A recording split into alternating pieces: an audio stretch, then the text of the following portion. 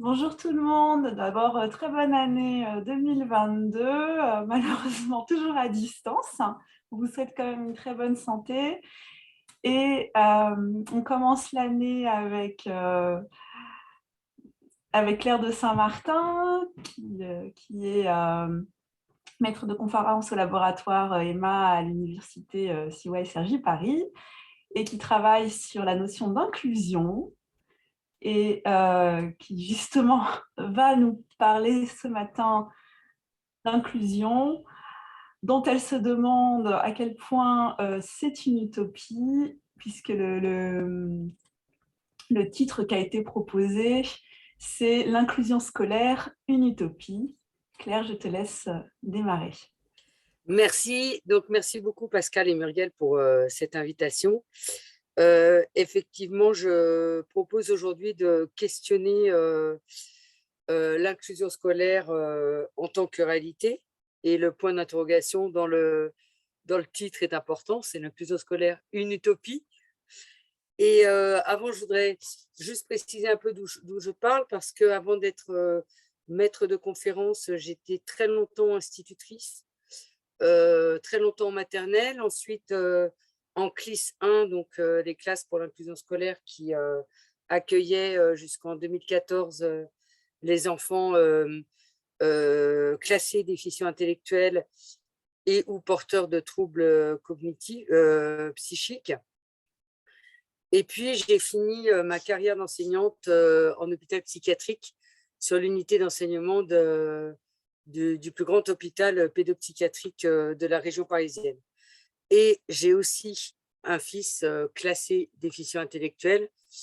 Donc, je suis une chercheuse on ne peut plus impliquée. Donc, l'inclusion scolaire, selon la définition courante de l'expression, l'inclusion désigne non plus l'adaptation de l'enfant à l'environnement, mais l'adaptation de l'environnement au handicap.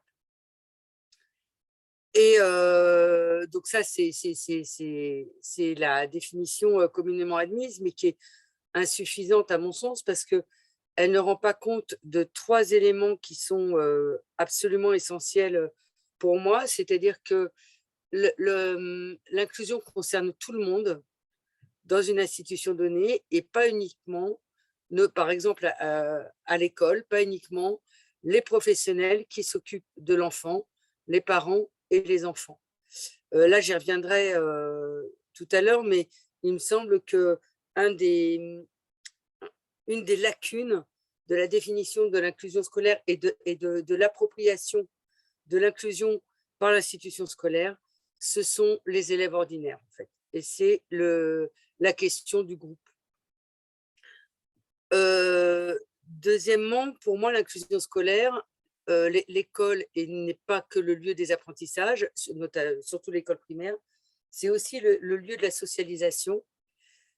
Et donc, l'inclusion scolaire ne peut pas concerner uniquement les apprentissages ou l'acquisition de connaissances, mais doit aussi concerner l'autre définition de sens commun de l'inclusion, le vivre ensemble. Et le vivre ensemble, en même temps, pour moi, ne suffit pas, mais je reviendrai là-dessus plus tard. Et le troisième élément, pour moi, essentiel de l'inclusion, c'est que l'inclusion n'est pas seulement une question d'accueil, mais ce sont les modalités de cet accueil qui sont importantes. Et les modalités de l'accueil et de l'accompagnement. Donc, et puis, ça me semble d'autant plus important, c'est qu'aujourd'hui, il y a une prolifération de l'emploi, moins du substantif inclusion que de l'adjectif inclusif. Si vous allumez la radio, si vous écoutez les informations, on parle de plus en plus de discours inclusif, voilà, l'adjectif est récupéré, mais avec une perte de sens que je trouve assez inquiétante. Donc, je propose là de faire une courte présentation pour pouvoir laisser du temps aux échanges. Je vais d'abord expliquer mon cadre théorique. Ensuite, je définirai en quoi, pour moi, l'inclusion est un concept idéologique.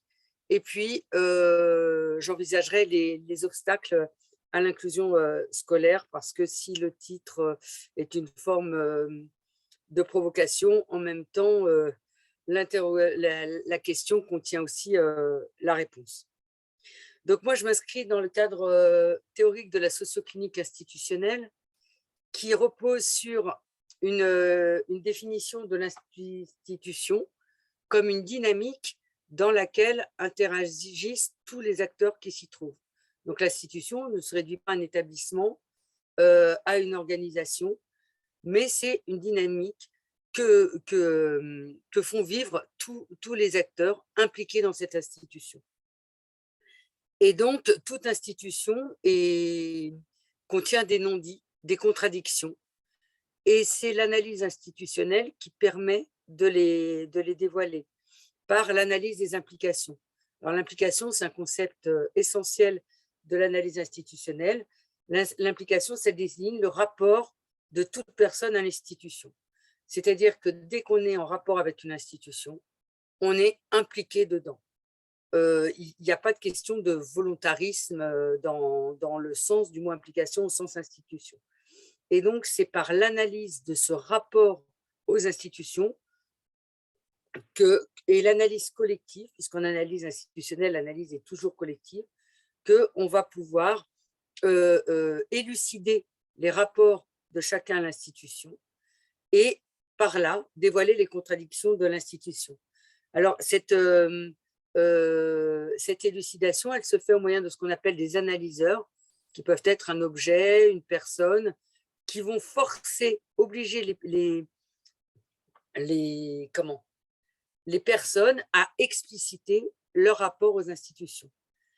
Et puis l'autre, je vais revenir tout de suite là-dessus en présentant la recherche sur laquelle j'appuie une partie de mon analyse. Et le dernier concept important de l'analyse institutionnelle, c'est la transversalité.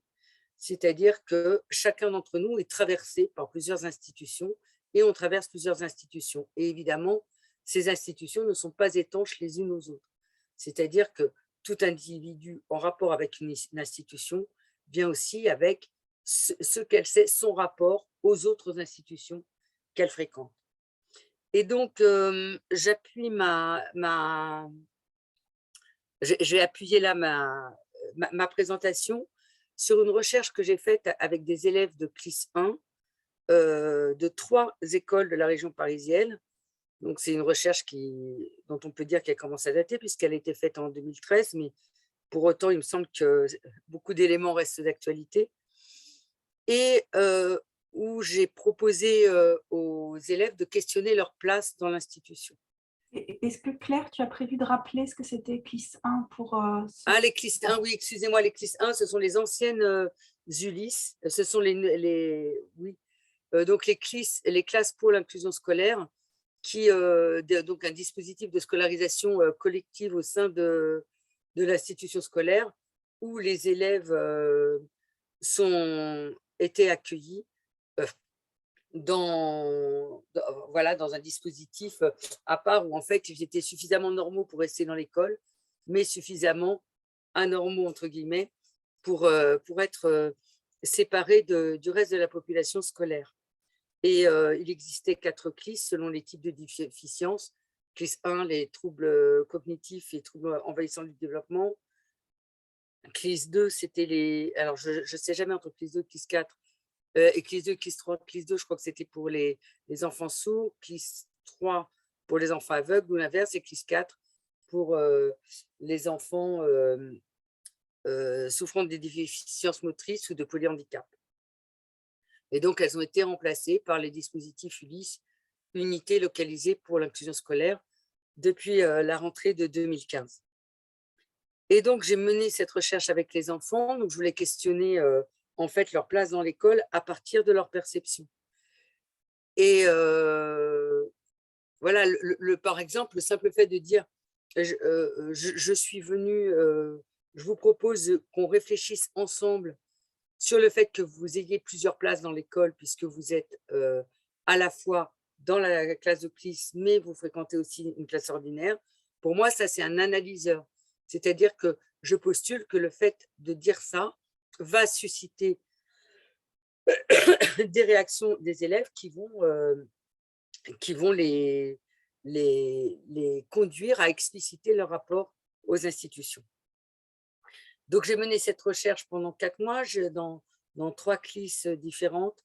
J'allais dans chaque structure une demi-journée par semaine ou une journée par semaine. Et j'ai organisé avec eux ce que j'appelle des séances de réflexion collective autour de thèmes qui émergeaient de chaque discussion, qui étaient validés par tout le monde. Et chaque classe a mené à peu près 8 à 9 séances de réflexion collective qui ont ensuite constitué la base de mon analyse. On pourra revenir après dessus si vous voulez. Donc, j'en viens à la deuxième partie de ma présentation sur l'inclusion, un concept idéologique. Alain Blanc, dans une conférence, rappelait qu'on ne peut pas être contre l'inclusion. L'inclusion, en tant qu'accorder une participation pleine et entière à chacun dans la société, est évidemment un objectif noble que personne, quoique, ne peut contredire. Elle suggère, ou elle revendique une participation égalitaire de tous, et concernant l'école, depuis la rentrée de 2013, tous les textes de rentrée revendiquent le postulat de l'éducabilité de tous les élèves, puisqu'il est explicitement précisé que tout enfant est capable d'apprendre, ce qui n'était pas forcément le cas dans les textes précédents. Donc, on voit bien que ce concept, il porte une idéologie et un projet de société très fort. En même temps, donc, si on définit l'inclusion par le vivre ensemble, on peut voir rapidement à quel point cette visée se heurte à la réalité. Aucune société n'est jamais parvenue, à ma connaissance, à faire vivre toutes les personnes ensemble. En son sens, l'inclusion est plutôt un idéal à atteindre, une utopie. Elle peut aussi, au sein de l'espace scolaire, constituer une illusion, hein, comme le dit Lansade, au sens où l'on tient pour réel ce qui ne l'est pas encore. Et donc, l'inclusion, elle s'intéresse, elle est à la fois un résultat, puisque l'inclusion existe quand tout le monde arrive à vivre ensemble, ou, moi je dirais plus loin, à faire ensemble, et en même temps un processus, puisqu'elle suppose de mettre en œuvre les moyens pour parvenir à ce résultat. Et en même temps, on voit bien en quoi ce concept idéologique est une utopie. C'est, pour moi, l'évolution lexicale rend compte de ça. C'est-à-dire que au début de la mise en place de l'inclusion scolaire, à partir de la loi du 11 février 2005, on parlait d'inclusion scolaire. Ensuite, on est venu, il y a eu un glissement lexical, on s'est mis à parler d'éducation inclusive. Et dans le mot éducation, on voyait bien évidemment la globalité du mot éducation, c'est-à-dire que l'éducation, ce n'est pas uniquement la question des apprentissages. En ce sens, hein, Plaisance dit bien que l'expression éducation inclusive est une position radicale. Et maintenant, on parle d'école inclusive. Et pour moi, cette évolution lexicale, elle rend compte finalement de l'impossibilité de l'école à faire advenir l'inclusion. C'est-à-dire que le mot école renvoie à l'imaginaire de sens commun de qu'est-ce qu'est une école. L'école, c'est le lieu où l'on apprend. Ce n'est pas forcément entendu comme le lieu où l'on vit et où l'on fait ensemble. Et le mot école inclusive renforce la centration de la compréhension de l'inclusion scolaire sur les apprentissages. Et de plus, elle n'envisage plus le résultat, qui était qu'entend le mot inclusion, mais elle ne s'intéresse plus qu'au processus. Or, il ne suffit pas qu'un lieu soit inclusif pour que l'inclusion se fasse. Et donc, à mon sens, le mot école inclusive renvoie à l'échec partiel de la mise en œuvre des politiques scolaires sur l'inclusion. Alors, j'en viens maintenant, et donc là, on voit vraiment en quoi c'est un concept idéologique, et que cette idéologie elle-même, elle est porteuse d'une utopie, mais l'utopie n'est pas censée se réaliser. Et puis, très concrètement, je vais en venir, et puis après, je vous laisserai la parole, aux obstacles pour moi d'une inclusion scolaire. Alors évidemment, le premier obstacle est financier. C'est-à-dire que si on veut donner à l'école la possibilité de s'adapter à chaque élève qui s'y trouve, cela demande un investissement budgétaire qui n'existe pas. On voit par exemple les difficultés de recrutement des AESH, hein, des assistants d'éducation pour les élèves en situation de handicap, et les difficultés de formation, mais même aussi dans certaines écoles, la simple mise en accessibilité qui n'est pas, faite. Cependant, à mon sens, ce n'est pas le plus grand obstacle, c'est-à-dire qu'on se réfugie souvent derrière le manque de moyens financiers, finalement, pour se dédouaner de ses propres responsabilités.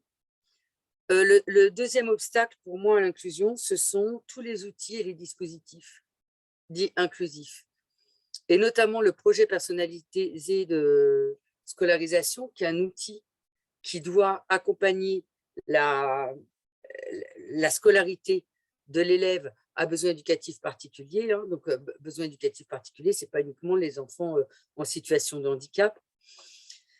Il y a une liste très précise qui recense ces élèves. Donc, ça peut être les élèves allophones, les élèves des familles itinérantes et du voyage, mais aussi les élèves à haut potentiel. Donc, on rend toute une… finalement, les besoins éducatifs particuliers concernent tous les enfants qui ne répondent pas aux normes scolaires établies. Et donc, le projet personnalisé de scolarisation, lui, est renseigné par tous les adultes qui prennent en charge l'enfant. Et donc, évidemment, un des avantages de la création de ce projet personnalisé de scolarisation, c'est qu'il a permis la rencontre des différents professionnels, des échanges, un partenariat peut-être plus efficace pour agir sur l'enfant. Mais en même temps, d'une part, Plaisance rappelle qu'il n'est pas si facile que ça à mettre en œuvre, qu'il n'est pas encore mis en œuvre partout. Et d'autre part, pour moi, une des contradictions de ce projet personnalisé de scolarisation, c'est qu'il individualise beaucoup, puisqu'il prône l'individualisation des apprentissages. Et pour moi, l'individualisation est une forme d'exclusion du groupe. C'est-à-dire, quand on individualise, on sort l'élève du groupe d'apprentissage. Et on considère que l'apprentissage est l'affaire que d'un individu, alors que la classe, c'est le lieu du collectif. Et pour moi, ça occulte cette question beaucoup du collectif. Et puis, le projet personnalisé de scolarisation, il conduit à regarder l'élève à besoins éducatifs particuliers comme un autre, comme le différent. Et non comme un enfant qui est divers au même titre que les autres élèves de l'école. Et cette focalisation sur la différence d'un enfant et non sur la diversité de tous, à mon sens, constitue un des obstacles majeurs de l'inclusion scolaire. Et depuis janvier 2022, là c'est tout récent, est mis en circulation le livret de parcours inclusif, le LPI, qui est un outil qui s'ajoute au projet personnalisé de scolarisation. C'est une application numérique qui va recenser tous les documents concernant l'élève à besoins éducatifs particuliers. Ça peut être le projet, le PPRE, le projet, ce qu'on appelle le PAB. Je suis désolée, j'ai plus en tête le développement des acronymes. C'est la programme pour la réussite éducative, PPRE, le PAB, je ne sais plus, je vais retrouver tout à l'heure, mais ou aussi le PPS, et puis le GEVASCO première demande. Le GEVASCO, c'est le document qui va initier la demande de prise en charge de l'élève à la maison départementale des personnes en situation de handicap, à la MDPH. Et c'est le document qui va instituer l'entrée de l'élève finalement dans le champ du handicap, puisque dès qu'il est pris en charge par la MDPH, il est reconnu en situation de handicap. Et c'est ce document qui va aussi définir toutes les adaptations nécessaires à sa réussite scolaire. Donc, pour moi, je ne suis pas en train de dire que ces outils ne valent rien. Ce que je veux dire, c'est que c'est là où on voit la difficulté de l'inclusion à l'école et comment on a du mal à aborder cette question-là. C'est que finalement, on utilise et on trouve toujours et on multiplie des outils qui montrent qu'en fait, ça fonctionne pas bien tout ça. C'est peut-être pas finalement, est-ce que c'est vraiment à partir de l'élève en situation de handicap ou l'élève à besoin éducatif particulier qu'il faut réfléchir à l'inclusion scolaire. Il y a aussi une multiplication des dispositifs qui risquent finalement de perdre le sens de l'inclusion. Alors là, depuis 2019, il y a les PIAL, les pôles inclusifs. Et ben voilà, j'ai encore oublié. C'est difficile le matin. Je vais retrouver tout à l'heure, je retrouvais les pôles pour l'inclusion. Elle, c'est localisé. Et à l'accompagnement localisé. Voilà, d'accompagnement localisé. Merci Nadège. Et qui finalement organise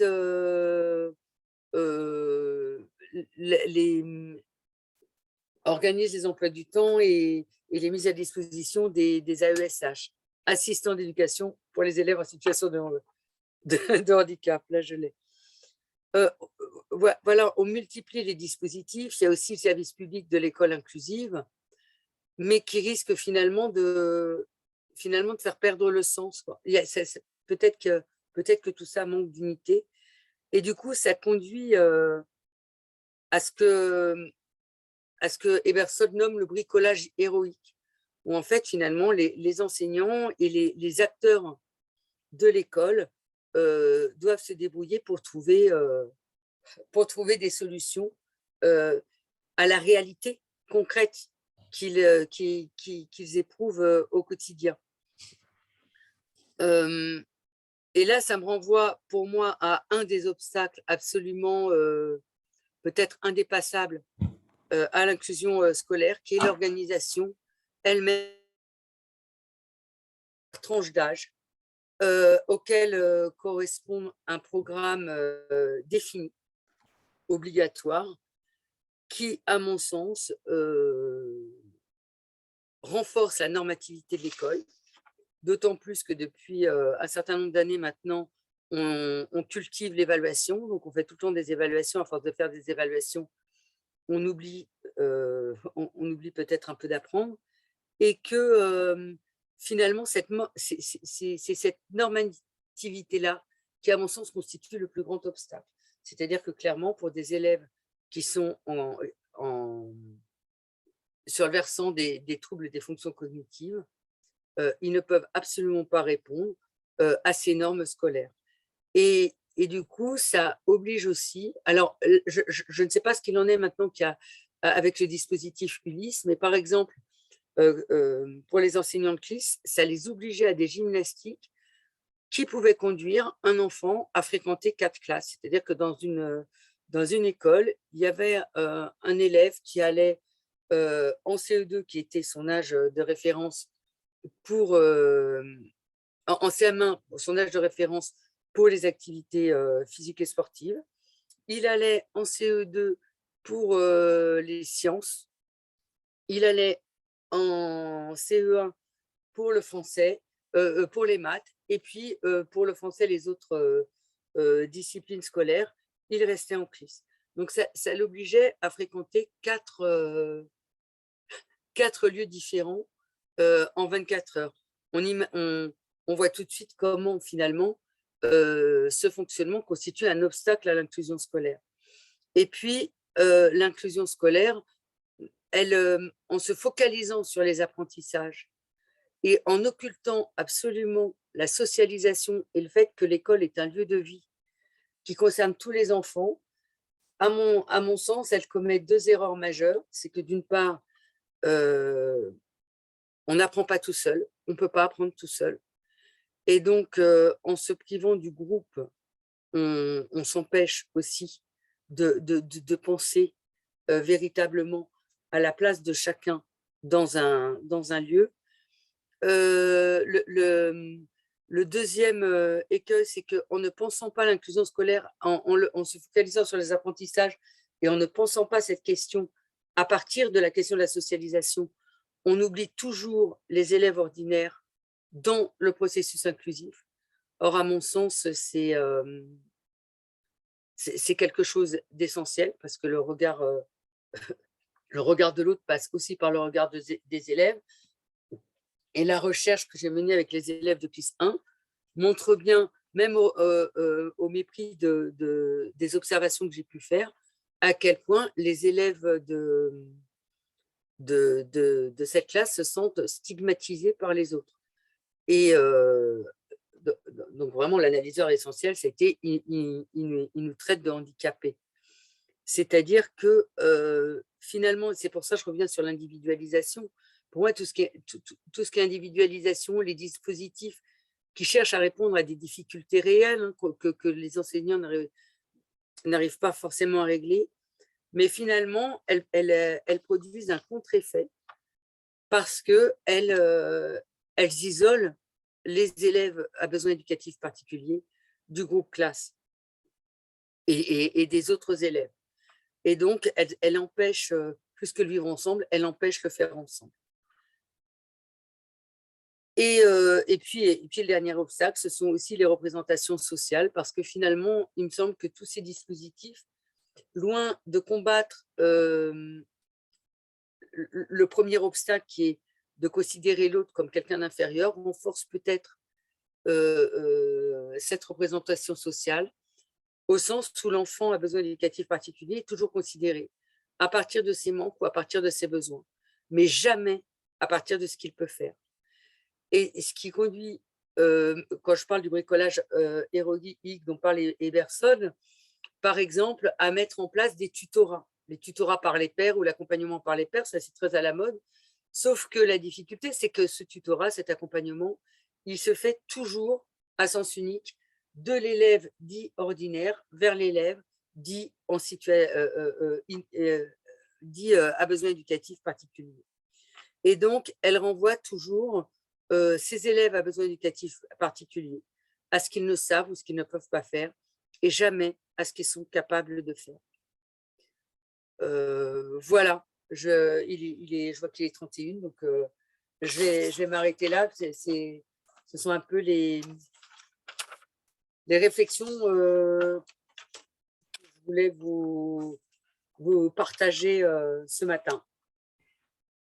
Merci beaucoup, Claire. Donc pour les participants, vous pouvez tout à fait poser vos questions, soit dans le chat, soit si vous voulez prendre la parole en sachant que c'est enregistré, que ce sera diffusé. Vous pouvez aussi lever la main et allumer votre caméra. Mais bon, je vous invite plutôt à le faire par le chat a priori, mais vous pouvez aussi participer. Moi, j'ai plein de questions, et notamment sur... en fait, j'ai 2 catégories de questions, et je vais commencer par celle que je ne m'attendais pas à voir du tout ce matin, qui est la participation des enfants. En fait, il se trouve qu'on en a parlé hier avec Pascal ou avant-hier sur comment est-ce qu'on implique les enfants dans la recherche. Et je trouve ça particulièrement intéressant. Donc, je sais qu'au Lab School, c'est une question qu'on se pose de manière assez récurrente, puisque on veut construire une école expérimentale, mais évidemment pas où les enfants sont des cobayes, mais où les enfants participent de leur propre recherche. Donc, je ne sais pas si c'est quelque chose que tu... Enfin, je sais que tu y as réfléchi parce que je suis avec toi dans le groupe Recherche Action où tu réfléchis à à ce positionnement-là, mais est-ce que tu aurais des choses à nous dire sur l'aspect participation des enfants, enfants acteurs de la recherche? Est-ce que tu pourrais nous raconter un peu comment ça s'est passé, peut-être les surprises, une ou deux surprises que tu as eues, ce que ça a amené, tout ce qui peut nous... ou des limites aussi, tout ce qui pourrait nous encourager d'une part, à faire pareil ou à se rendre compte de la limite que ça peut avoir. Alors, la première des choses, et pour moi c'est important, c'est que je les ai abordés comme des élèves et pas comme des enfants en situation de handicap ou des enfants handicapés. Et donc, et ça c'est important parce que par exemple, je me souviens dans une classe, un enseignant m'a dit, ben voilà, là il va y avoir une élève, elle ne parle pas, elle est en relation qu'avec moi et jamais, jamais elle va participer, mais ben, comme elle est là le mardi et que tu viens le mardi, et ben elle sera là. Or, en fait, donc moi, je suis arrivée, évidemment, je n'allais pas dire aux enfants, ben voilà, en fait, vous êtes handicapés et qu'est-ce que vous en pensez? Vous êtes isolés des autres, etc. J'ai introduit la recherche en apportant mon appareil photo et en leur demandant de prendre, donc en leur expliquant ce que j'ai dit tout à l'heure, que j'avais observé qu'ils étaient les seuls élèves à aller dans plusieurs classes. Et je leur proposais de réfléchir à ça. Et pour initier cette recherche, j'avais apporté mon appareil photo et j'aurais demandé de prendre 4 photos. Une photo de la place qu'ils préfèrent dans la classe, de la place qu'ils détestent dans la classe, de la place qu'ils préfèrent dans l'école, de la place qu'ils détestent dans l'école. Et la semaine suivante, je suis venue avec une enveloppe pour chaque enfant qui contenait ces photos. Et chaque enfant a présenté, pouvait ou non présenter les photos aux autres. Il y en a 2 qui ont refusé. Une dans une classe parce qu'elle dénonçait absolument son orientation en CLIS. Et dans une autre école, une élève qui ne pouvait pas prendre la parole devant les autres. Donc, ce n'était pas des refus de recherche. Et par contre, si je reviens à l'élève, là, Elona, dont l'enseignante m'avait dit qu'elle ne pouvait pas participer, dès que j'ai présenté l'appareil photo, et d'ailleurs, à un moment, quand j'ai demandé à chacun de se présenter, quand est venu le tour de parler, il y a un de ses camarades qui a dit, mais elle s'appelle Elona et elle ne peut pas parler, elle ne parle pas. Donc, finalement, elle lui a coupé la parole avant même... vous voyez, c'est ça aussi les représentations sociales, c'est-à-dire qu'il était acté dans cette classe que Elona ne pouvait pas parler, que ne pouvant pas parler, ne pouvait pas participer. Sauf que qu'est-ce qui se passe? J'apporte mon appareil photo et là, Elona me signifie par des grands gestes qu'elle veut prendre des photos. Donc, je dis, OK, tu veux prendre une photo? Est-ce que tu sais la place de la classe préférée que tu veux prendre, la place préférée que tu veux prendre? Elle me dit oui. Enfin, elle me fait signe que oui. Je lui dis, bon, bah, tu vas avec ta maîtresse puisque c'est elle qui avait l'appareil photo. Et donc, voilà, là, elle a revendiqué en fait sa place dans l'école et finalement, Elona, là, elle a montré aux autres très concrètement qu'elle pouvait faire les choses et que c'est pas parce qu'elle n'avait pas la parole qu'elle ne pouvait, qu'elle avait rien à dire. Et puis après, une fois que tous les élèves ont présenté leurs photos, je les avais mis sur un tableau et en fait, ils ont tous repéré que la place préférée dans la classe, majoritairement, c'était la table individuelle. Et c'est comme ça qu'on a commencé les séances de réflexion collective. Et ensuite, ces séances, elles étaient ritualisées. À chaque fois, j'apportais une courte synthèse de ce qui avait été dit où je ne reprenais que leurs paroles. Cette synthèse, elle était validée ou corrigée collectivement. Ensuite, je disais, à partir de ça, je vous propose de réfléchir sur. Et puis, au fil de la discussion, quand je sentais que les échanges s'épuisaient, je les relançais en faisant ce qu'on appelle une synthèse perlée, c'est-à-dire en leur rappelant tout ce qu'ils avaient dit, ce qui me permettait aussi de valider leur leur accord. Et puis, à la fin de la séance, je disais, bon, voilà, le débat est terminé. Je vous rappelle ce que vous avez dit. Je faisais une dernière synthèse. Et puis, je disais, à partir de ça, je vous propose la semaine prochaine de réfléchir à. Et j'avais introduit un bâton de parole dans le groupe qui permettait à chacun de respecter la parole de l'autre, mais aussi de l'écouter, et puis surtout de préparer ses propres réponses. Et ça, ce bâton de parole, hein, qui était emprunté à la pédagogie institutionnelle de Horry, a été très important. Et par exemple, Elona a, à un moment donné où les élèves parlaient des relations entre eux, a demandé à prendre le bateau de parole. Alors les autres ont dit, ben non, elle ne peut pas parler. Mais je dis, ben d'accord, elle ne peut pas parler, mais elle a envie de dire quelque chose, donc on va la laisser. Et avec le bâton de parole, elle a pointé certains élèves. Et donc moi, je traduisais en mots ce que ces gestes me disaient, en même temps, je vérifiais la validité. Et ça a été incroyable parce que les élèves se sont rendus compte, en fait, que, ben oui, elle ne parlait pas, mais elle pouvait participer. Et elle a pu dire quand même des choses incroyables. Elle a réussi à dire qu'elle, à faire comprendre que elle voulait travailler uniquement avec sa maîtresse et qu'elle détestait travailler avec la VS, par exemple. Et à tel point, c'est que quand la VS, quand on est sorti de cette séance-là, la VS était furieuse contre moi en disant que c'était n'importe quoi ce dispositif, que ça ne marchait pas, que les élèves disaient n'importe quoi. Et l'après-midi, elle est revenue en me disant qu'effectivement, depuis 1 an, Elona refusait de travailler avec elle. Donc voilà. Et quand je suis retournée au mois de juin, eh ben, l'enseignante m'a dit qu'Elona participait à la chorale de l'école. Alors, je ne prétends pas que ce soit, et qu'elle avait une copine dans la classe, je ne prétends pas que ce soit la recherche qui est miraculeusement produit cet effet, hein, parce que au cours de la recherche, elle a été scolarisée plus longuement dans la classe, mais en tout cas, ça participe des effets. Donc, je ne sais pas si je réponds vraiment à ta question, je vais m'arrêter là parce que sinon, je peux en parler pendant 3 heures, rien que de ça. Mais voilà, c'est-à-dire que je suis partie sans a priori, donc j'avais quand même la trouille, hein, parce que je ne savais pas si ça allait fonctionner. En même temps, j'avais aussi mon expérience d'un style d'enfants en CLIS et sur l'unité d'enseignement, et j'avais vu à quel point ces élèves ils pouvaient, quoi. Donc, et quel que soit leur niveau scolaire. Est-ce que juste tu peux répondre rapidement à la question de Pascal avant que je te propose celle de Cathy, puis le témoignage de Fred? Pascal disait, en complément de la question de Muriel, je me demandais si tu avais fait signer un consentement aux parents et aux élèves. Non, parce que ça se passait dans l'école. Très concrètement, je n'ai pas eu besoin de le faire parce que ça se passait dans l'école et c'était considéré comme une activité scolaire. Par contre, dans une école, il y a une école où j'ai qui a abouti, où on a fait une exposition de la recherche qu'on a présentée aux parents. Et ça a été absolument incroyable. C'est-à-dire qu'il y avait 3 mères en pleurs. Moi, j'avais un peu peur. Je me suis dit, ils vont pas. En plus, c'était la classe où ils avaient été très. Enfin, vraiment, ça avait été très intéressant ce qu'ils avaient dit. Mais par exemple, c'est la classe où était sorti le mot handicap. Et en fait, les parents ont été très touchés. Et je pense que ça répondait aussi à leurs angoisses, enfin, je sais pas. Ok, on va passer à Cathy qui lève la main depuis tout à l'heure.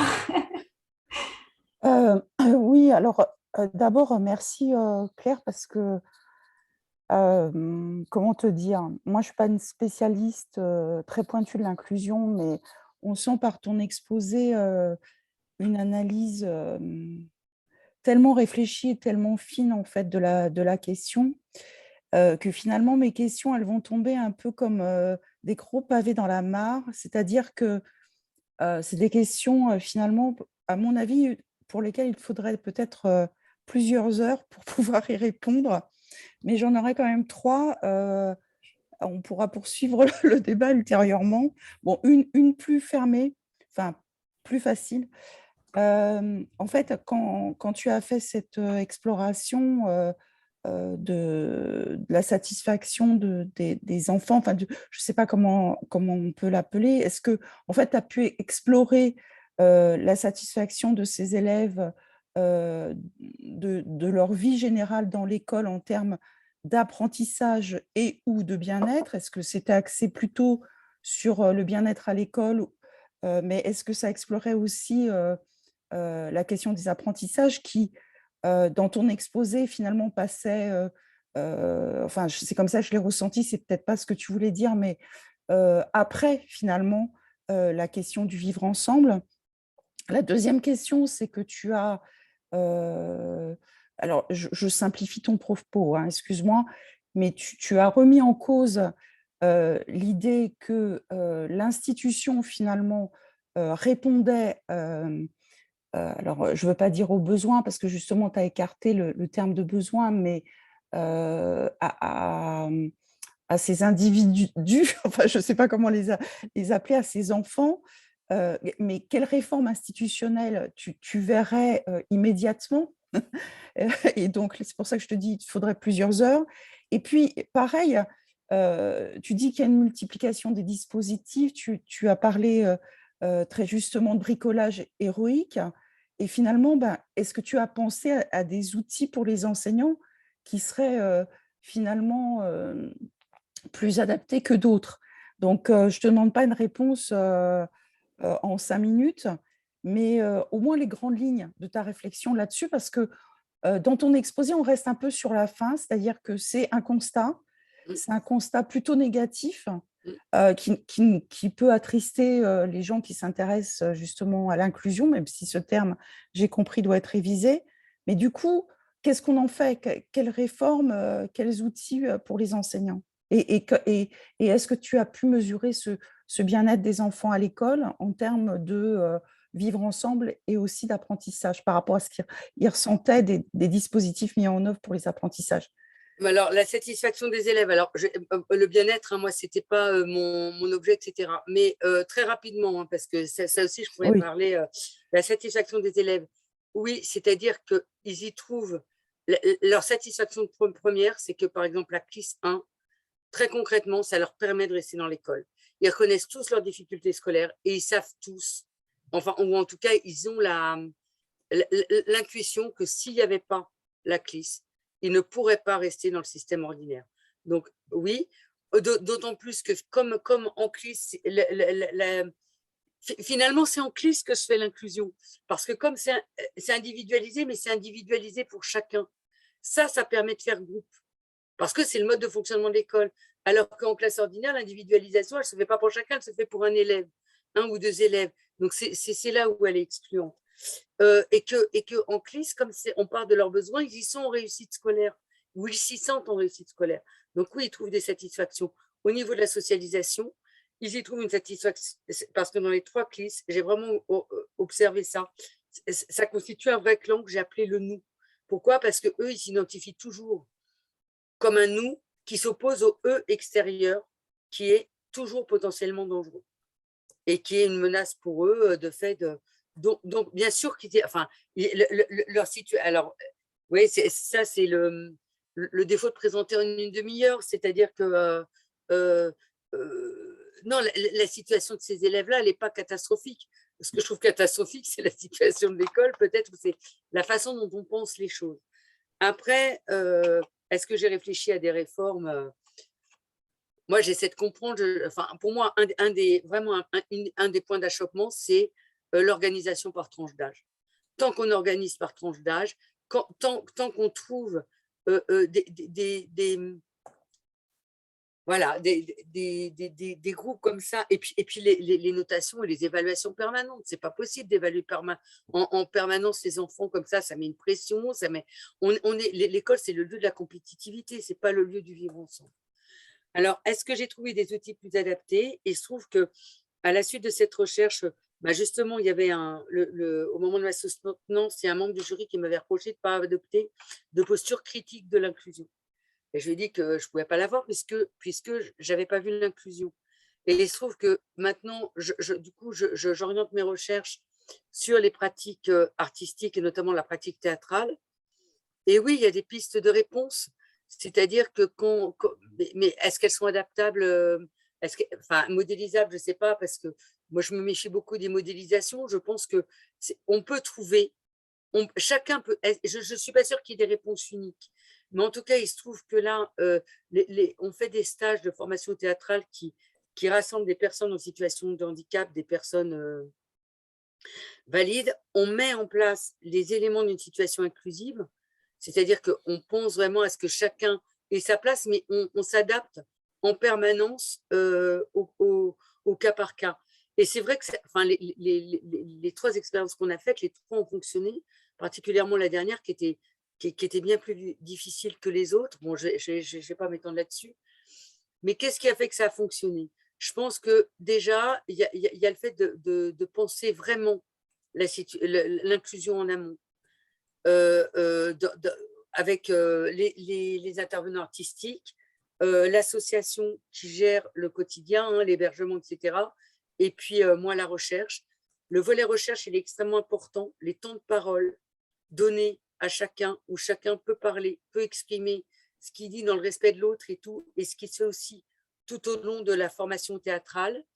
Le fait que finalement, sur le plateau, ce ne soit pas forcément ceux qu'on identifie comme les moins capables qui soient le plus en difficulté, ça c'est très important parce que ça permet aussi aux autres finalement de révéler leurs faiblesses. Parce qu'en fait, quand on identifie dans une classe quelqu'un comme le moins, eh ben, ça oblige tous les autres à aller vers le plus et à se revendiquer par le plus. Moi, je trouve que c'est très maltraitant aussi. L'école, elle n'est pas maltraitante uniquement pour les enfants à besoins éducatifs particuliers. Elle peut être très maltraitante aussi pour les très bons élèves. Et peut-être que ceux qui s'en sortent le mieux, ce sont les élèves, entre guillemets, identifiés comme moyens. Voilà, je ne sais pas si je réponds très vite à ta question, mais… Si, je vois bien l'esprit. Je vois bien l'esprit. Bon, mais en tout cas, c'est le faire ensemble. C'est-à-dire que moi voilà, faire ensemble. Les élèves ne font rien ensemble. Ils ne font pas ensemble, majoritairement. Et comment on fait ensemble? Et comment on fait sans qu'il y ait le meilleur, sans qu'il y ait le boulet, voilà. Il y a des… Martial Mediani, là, qui intervient aussi, il avait fait une recherche avec Didier Séguillon et je ne sais plus qui d'autre, sur les profs de PS. Et alors, le sport, c'est vraiment le lieu de la compétition par excellence. Et c'est intéressant parce qu'il y a vraiment… Il montre comment des profs trouvent des solutions pour justement casser ça et pour mettre l'autre à la place dans le groupe. Oui, des solutions de coopération et comme tu le dis, où finalement on réinvestit les enfants ordinaires dans le dispositif pour changer un peu l'image, leur propre image par rapport aussi aux autres enfants. En fait, finalement, ce que je comprends de ton discours, c'est qu'il faudrait que l'institution et les enfants ordinaires, finalement, participent davantage, que le focus se fasse au niveau du fonctionnement de l'institution et des enfants ordinaires, et pas seulement vis-à-vis des enfants mais voilà, à inclure, quoi. Ouais. L'école, c'est un lieu de vie pour tous les élèves, quoi. Et si on sépare les élèves, eh ben, on n'en fait plus un lieu de vie et on ne peut plus faire ensemble. Enfin, c'est pour ça que moi, je parle plutôt du faire ensemble que du vivre ensemble. Merci, Claire. Merci. J'aimerais qu'on prenne le témoignage du coup de Frédéric Terrier qui commente sur plein de choses depuis tout à l'heure et qui souhaitait intervenir. Si vous voulez rallumer votre micro.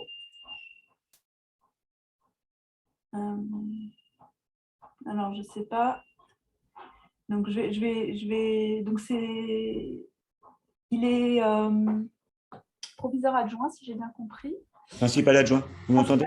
Allez, je vous entends, merci. Oui, alors j'ai une carrière instit au début dans les classes de perf et d'adaptation, ensuite en ZEP, instit en ZEP, ensuite coordonnateur de 3 réseaux d'éducation prioritaire, d'accord, avec un système de stigmatisation de territoire extrêmement intéressant. Et actuellement, je suis principal adjoint, là je suis en CLM, mais je suis principal adjoint et je suis en fauteuil roulant et je suis malade depuis 20 ans. Donc, je rejoins tout à fait, je suis extrêmement surpris d'avoir cette réunion en ce moment en Zoom parce que je développe un concept qui s'appelle la bienveillance morbide. Comment est-ce que tout système de stigmatisation positive, que ce soit un système institutionnel ou un système purement individuel, peut se retourner contre son bénéficiaire. Ce qui ne veut pas dire qu'il ne doit pas y avoir de stigmatisation positive. Je donne un exemple pour moi. Première affectation en amphi, suite au concours de principal adjoint. Le monsieur qui donne l'affectation dit mon nom, le nom du collège, et dit c'est le collège le plus demandé de l'académie. Et ensuite, à la pause, j'ai mes collègues qui viennent me voir et qui me disent j'ai été mieux classé que toi, pourquoi tu as eu ce collège? Donc ça s'est retourné complètement contre moi, notamment la médiation. Et pourtant, le collège n'était pas du tout adapté à mon handicap. Je ne pouvais même pas accéder à certaines parties du collège. Le gymnase, par exemple, je ne pouvais pas y aller.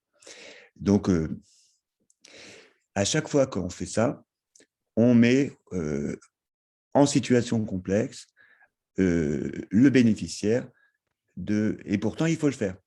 Là, donc, j'étais dans un collège, donc je peux en parler d'autant plus librement que je ne suis pas responsable, initiateur du système. On a 8 autistes dans ce collège, dans un collège de 300 élèves. Ça a fait que, avant mon arrivée, on a fait appel à différentes associations qui sont venues faire la formation des professeurs sur l'autisme, sur l'hyperacousie. On a fait ensuite de la médiation via les associations vers les parents d'élèves, qui en général ont un accueil de l'autisme assez compliqué, et aussi vers les élèves. Tous les éléments de l'autisme ont été traités. Le collège a obtenu la médaille du mérite sur son accueil. Et ce qui est rigolo, c'est que ça a fait appel d'air. C'est-à-dire que ce collège particulier, même pas particulier, c'est un petit collège autour d'une métropole, collège lambda, mais il s'est particularisé pour son accueil des 10 et des autistes. Si bien qu'au bout d'un moment, on avait énormément de demandes de dérogation vers notre collège pour pouvoir justement accueillir ces enfants-là, parce que la réputation du collège faisait que, sans avoir de structure particulière, on accueillait bien l'autisme, on accueillait bien la dyslexie et toutes les 10 en général. Merci pour cette réunion Zoom, elle est extrêmement intéressante. Merci. Est-ce que Claire, tu veux nous dire quelques mots de… Ce que vous dites, ça renvoie au bricolage héroïque dont parle Ebersold. Et puis au fait que, oui, c'est compliqué parce que institutionnellement, au niveau étatique, les réponses ne sont peut-être pas satisfaisantes, etc. En même temps, il y a des réponses qui sont apportées. C'est-à-dire qu'il y a une vraie réflexion là-dessus.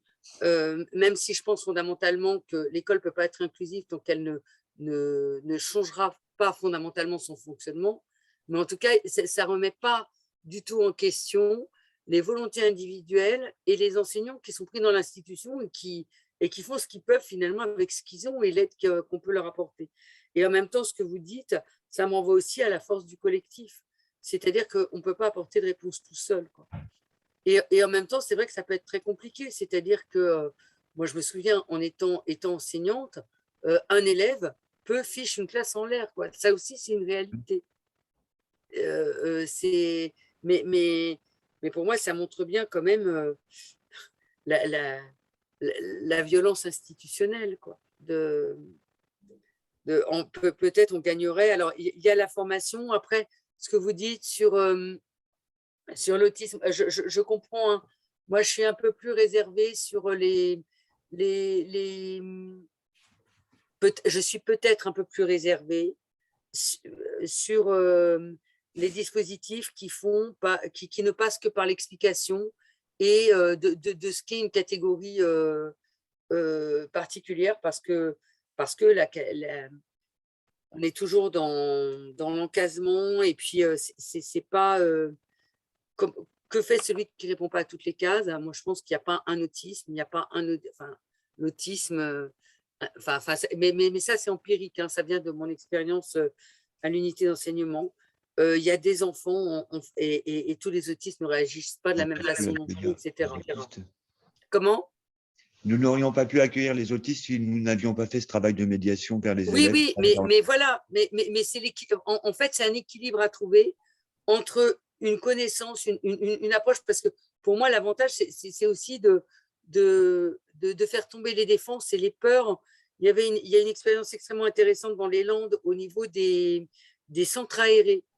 Je vous invite à aller voir, où en fait, ils ont fait tout un travail d'accueil aussi, et d'accueil par les enfants, et ils montrent que finalement, la plus grosse difficulté, ce sont les peurs, en fait, des adultes, d'approcher ça. Et là où je vous rejoins, c'est que les élèves de CLIS l'avaient dit aussi, en fait, ils revendiquaient des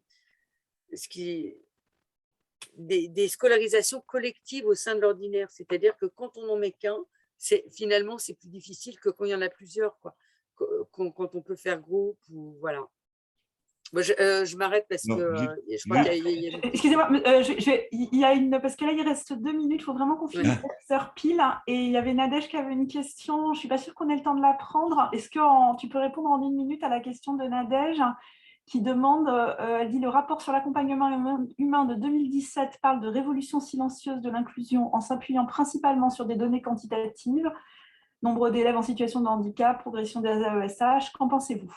Eh ben, je pense que le quantitatif ne révèle pas tout, parce que oui, il y a peut-être plus d'élèves dans l'école ordinaire, sauf que ce qu'on oublie de dire, c'est que dès qu'un élève passe par la MDPH, il entre dans la catégorie situation de handicap. Or, pour obtenir l'aide d'une AESH, il faut passer par la MDPH. Donc, peut-être qu'on fait rentrer dans le champ du handicap des enfants qui n'en relèvent pas. Donc, les chiffres sont toujours à manipuler avec grande précaution. Et puis, la progression des AESH, pour moi, c'est une avancée majeure, et en même temps, ça peut être une avancée trompe-l'œil. C'est-à-dire qu'il ne suffit pas d'une aide individuelle, parce que là aussi, c'est pareil, l'individuel, finalement, elle stigmatise, et elle... en tout cas, c'est important, mais ce n'est peut-être pas suffisant, quoi. Donc, je ne sais pas si je réponds à votre question, si vous voulez... prendre la parole très... Non, je suis désolée, j'espère que tu as répondu parce qu'il est 59. Frédéric Terrier a répondu, mais juste à moi, en disant c'est la grande complexité que nous avons pour faire passer des problèmes orthophoniques. Les parents ont très peur de la MDPH. Donc, il y aurait encore probablement un autre sujet. Il va peut-être falloir qu'on te réinvite, Claire. Avec un grand merci pour cette intervention. La prochaine, c'est Sylvie Jouan qui va nous parler justement, dans la continuité de ce que tu disais, de l'aspect classe multi-âge et de l'intérêt de faire travailler les enfants ensemble. Merci à tous de votre participation. Merci beaucoup, Claire, de ton intervention. Merci beaucoup pour cette invitation. On verra si on arrive à en faire une autre ultérieurement pour prolonger les échanges. Je vous souhaite à tous et toutes une très bonne année, et puis on se revoit en fin mai ou début juin avec Sylvie Jouan, et plutôt pour nous, Claire, puisqu'on est dans le même laboratoire. Bonne année à tous. Merci, bonne année, merci beaucoup. Au revoir.